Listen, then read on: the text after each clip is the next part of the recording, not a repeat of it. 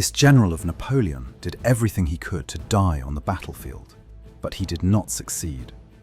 Michel Ney was known by the unmatched title that Napoleon himself gave him, the bravest of the brave. Ney was a hot-blooded warrior, nicknamed the Red-Haired by his men, both for the color of his hair and for his explosive temper. His legend was not forged in a victory, but in a disaster, the retreat of the French troops from Russia. When the Grande Armée was collapsing in the ice, it was Ney who commanded the rearguard, fighting with a musket in his hand, side by side with common soldiers. It is said that he was the last Frenchman to cross the bridge out of Russia, throwing his weapon into the river in defiance. But when Napoleon abdicated and then returned from exile in 1815, Ney had promised King Louis XVIII that he would bring Napoleon back to Paris in an iron cage. However, upon meeting his former emperor again and hearing his voice, Ney's loyalty wavered.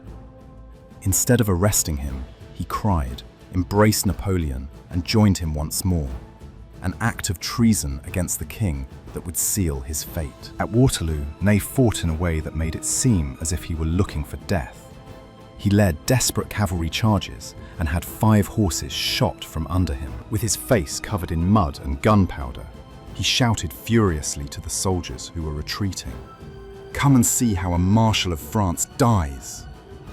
But death did not take him on the battlefield. Captured after the final defeat, he was tried for treason.